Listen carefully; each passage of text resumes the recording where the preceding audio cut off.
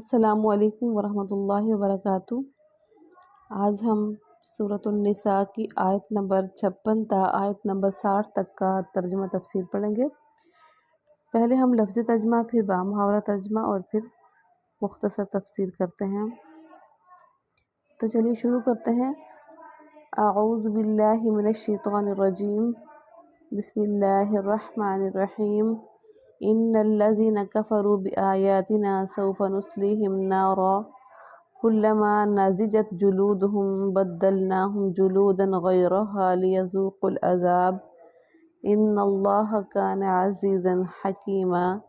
ان الذين، بے شک وہ لوگ جنہوں نے کفر کیا بآیاتنا ہماری آیات کا، سوف جلد ہی، نصلیہم ہم ڈال دیں گے ان کو، نارن آگ میں، کلما جب کبھی بھی، نضجت جل جائیں گی، یعنی یہاں پہ جلنے سے مراد اس طرح ہے کہ جل کر پک جائیں گی، جلودہم ان کی کھالیں، بدلناہم ہم تبدیل کر دیں گے، ہم بدل دیں گے، جلودن غیرہا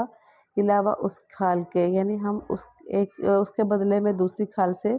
بدل دیں گے، لیذوقوا العذاب تاکہ وہ چکھتے رہیں عذاب کو، ان اللہ بے شک اللہ تعالیٰ، کانا ہے وہ، عزیزاً غالب، حکیماً حکمت والا، یعنی عزیزاً صاحب اقتدار بھی ہے اور حکیماً حکمت والا بھی ہے۔ اس کا بامحاورہ ترجمہ ہے کہ بے شک جن لوگوں نے ہماری آیتوں کا انکار کیا ہے، ہماری آیات کا انکار کیا ہے، ہم انہیں آگ میں داخل کر دیں گے، جب بھی ان کی کھالیں جل جائیں گی، یعنی جل جل کر پک جائیں گی، تو ہم انہیں ان کے بدلے دوسری کھالیں دے دیں گے تاکہ وہ عذاب کا مزہ چکھتے رہیں۔ بے شک اللہ تعالیٰ صاحب اقتدار بھی ہے، صاحب حکمت بھی ہے۔ اس کا ترجمہ غالب بھی کر سکتے ہیں، ظاہر ہے جو سب پہ غالب ہوتا ہے، اقتدار بھی اسی کا ہوتا ہے جس کی چلتی ہے۔ تو اس آیت میں اللہ تعالیٰ یہ ایک ہمارے لیے وعید کی، یہ سب انکار کرنے والوں کے لیے وعید کی ایک آیت ہے۔ اللہ تعالیٰ ہم سب کو جہنم کے عذاب سے بچائے اور ہمیں جہنم کی ایک چنگاری سے بھی بچائے، اور سب کو نیک صالح کام کرنے کی توفیق عطا فرمائے، عمل کرنے کی توفیق عطا فرمائے۔ اللہ تعالیٰ ہمیں سب کو جنت الفردوس میں جگہ عطا فرمائے۔ والذین، اور وہ لوگ جو کہ جنہوں نے جو ایمان لائے، وعملوا الصالحات، اور جنہوں نے عمل صالح کیے، سندخلہم جلد ہی ہم داخل کریں گے ان کو، جنات باغات میں، تجری بہتی ہوں گے، من تحتہا ان کے نیچے سے، انہار نہریں، خالدین وہ ہمیشہ رہنے والے ہوں گے، فیہا اس میں، یعنی ان باغات میں، ابداً ہمیشہ ہمیشہ، یعنی اس جنت کے ہمیشہ ہمیشہ کے لیے اس جنت کے ہمیشہ ہمیشہ کے لیے رہنے والے بن جائیں گے وہاں کے،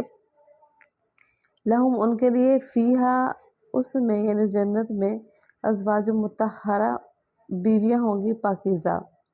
وندخلہم اور ہم داخل کریں گے ان کو اس میں، ذلًا سایوں میں، ذلیلا لمبے لمبے گھنی چھاؤں کے سایوں میں، یعنی ہم ان کو داخل کریں گے۔ اچھا جی، اب یہاں پہ یہ فرمایا کہ جنت کے ہمیشہ ہمیشہ جب وہ واسی ہو جائیں گے تو ہم وہاں پہ ان کو اکیلے نہیں چھوڑیں گے، بلکہ ان کو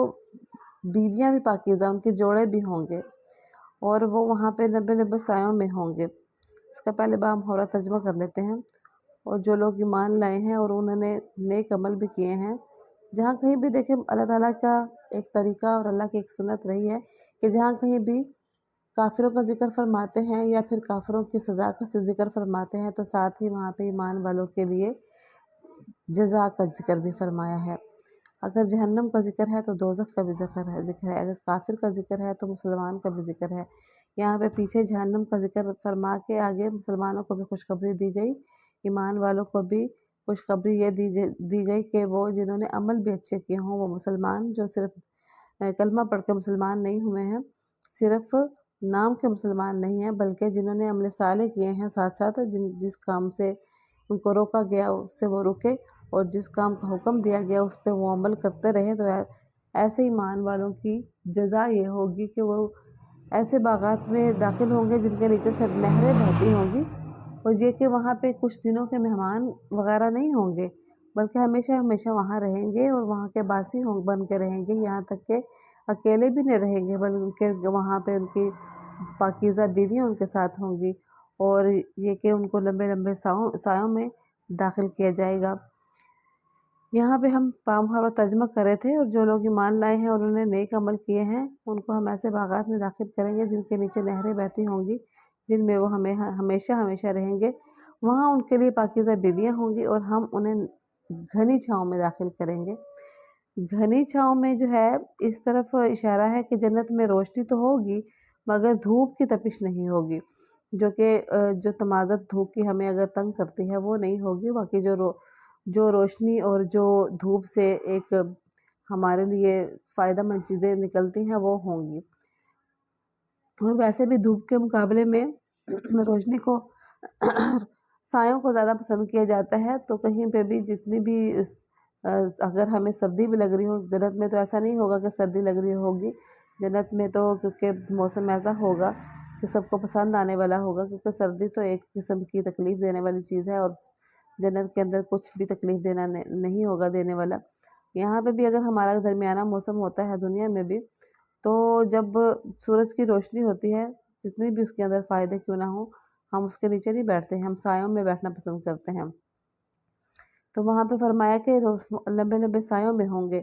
ان اللہ، بے شک اللہ تعالیٰ یأمرکم، حکم دیتا ہے تم کو، ان یہ کہ تؤدوا، تم لوٹا دو، اماناتی، امانتیں، الی اہلیہا، اس کے اہل کی طرف، یعنی ان کے حقداروں تک پہنچا دو۔ وَإِذَا حَكَمْتُمْ، اور جب تم کوئی فیصلہ کرو، بین الناس، لوگوں کے درمیان، ان یہ کہ تم تحکموا، فیصلہ کرو تم، بالعدل، انصاف کے ساتھ، یعنی جب کبھی بھی تم لوگوں کے درمیان فیصلہ کرو تو انصاف کے ساتھ ہی کرو۔ ان اللہ، بے شک اللہ تعالیٰ، نعم ما، کیا ہی اچھی، یعظکم، تم کو نصیحت کرتا ہے بھی، جس کے بارے میں جس چیز کے بارے میں بھی اللہ تعالیٰ تمہیں نصیحت کرتا ہے وہ بہت اچھی ہوتی ہے، یعنی یہ یقین کر لو۔ ان اللہ، بے شک اللہ تعالیٰ، کانا ہے وہ، سمیعاً، سننے والا، بصیراً، دیکھنے والا۔ اس کا بامحاورہ ترجمہ ہے، مسلمانوں، ایک حکم مسلمانوں کو دیا گیا، اس لیے میں یہاں پہ بریکٹ میں رکھ کے مسلمانوں کہہ رہی ہوں۔ یقیناً اللہ تعالیٰ تمہیں دیکھتا ہے، اللہ تعالیٰ تمہیں حکم دیتا ہے کہ تم امانتیں ان کے حقداروں تک پہنچا دو، یا امورکم، حکم دیتا ہے تم کو، یہ کہ تم لوٹا دو یا کہ تم پہنچا دو حقداروں تک ان کی امانتیں۔ یہاں پہ ہم بامحاورہ ترجمہ کر رہے ہیں، تو اس طرح ہم اس کا جملہ صحیح بنائیں گے کہ تم امانتیں ان کے حقداروں تک پہنچا دو، اور جب لوگوں کے درمیان فیصلہ کرو تو انصاف کے ساتھ فیصلہ کرو۔ یقین جانو اللہ تم کو جس بات کی نصیحت کرتا ہے وہ بہت اچھی ہے، بے شک اللہ تعالیٰ ہر بات کو سنتا بھی ہے اور ہر چیز کو دیکھتا ہے۔ یا ایھا الذین آمنوا اطیعوا اللہ واطیعوا الرسول واولی الامر منکم فإن تنازعتم فی شیء فردوہ الی اللہ والرسول ان کنتم تؤمنون باللہ والیوم الآخر ذلک خیر واحسن تأویلا۔ یا ایھا الذین آمنوا، اے لوگو ایمان والو، اطیعوا اللہ، تم اطاعت کرو اللہ تعالیٰ کی، واطیعوا الرسول، اور اطاعت کرو تم رسول کی، واولی الامر منکم، واولی الامر، اور صاحب اختیار کی، منکم، جو تم میں سے ہیں، فإن، پس اگر تنازعتم، تم جھگڑا کرو، پس اگر تم اختلاف کرو یا جھگڑا کرو، فی شیء، کسی چیز میں، فردوہ، بس تم اس کو لوٹا دو، بس اس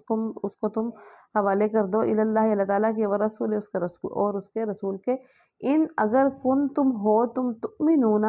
ایمان رکھتے ہو، باللہ، اللہ تعالیٰ پر، والیوم الآخر، اور آخرت کے دن پر، ذالک، یہ، خیر، بہتر ہے، واحسن تأویلا، اور زیادہ اچھی انجام کے طور سے، بطور انجام بات ہے۔ اس کا بامحاورہ ترجمہ ہے، اے ایمان والو، اللہ کی اطاعت کرو اور اس کے رسول کی بھی اطاعت کرو، صلی اللہ علیہ وآلہ وسلم، اور تم میں سے جو لوگ صاحب اختیار ہوں ان کی بھی۔ پھر اگر تمہارے درمیان کسی چیز میں اختلاف ہو جائے تو اگر واقعی تم اللہ اور یوم آخرت پر ایمان رکھتے ہو تو اسے اللہ اور اس کے رسول کے حوالے کر دو، یہی طریقہ بہترین ہے، اور اس کا انجام بھی سب سے بہترین ہے۔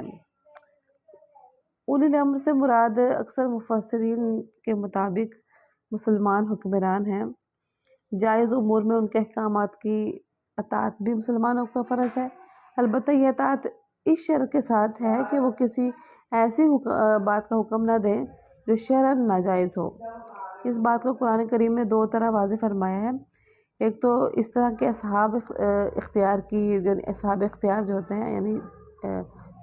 جو کہ ہمارے حکمران ہوتے ہیں، ظاہر ہے ان کو اختیار ہوتا ہے، تو ایسے ہونے چاہیے وہ کہ جو اللہ تعالیٰ کی اطاعت کرتے ہیں، اور یہ کہ اطاعت کا ذکر اللہ اور اس کے رسول کی اطاعت کے بعد فرمایا ہے، جس میں یہ اشارہ ہو گیا کہ حکمرانوں کی اطاعت اللہ اور اس کے رسول کی اطاعت کے تابع ہے۔ دوسرے اگلے جملے میں مزید صراحت کے ساتھ بتا دیا کہ اگر کسی معاملے میں یہ اختلاف پیدا ہو جائے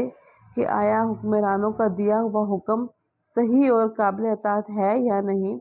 تو اسے اللہ اور اس کے رسول کے حوالے کر دو، جس کا مطلب یہ ہے کہ اس حکم کو قرآن اور سنت کی کسوٹی پر پرکھ کر دیکھو،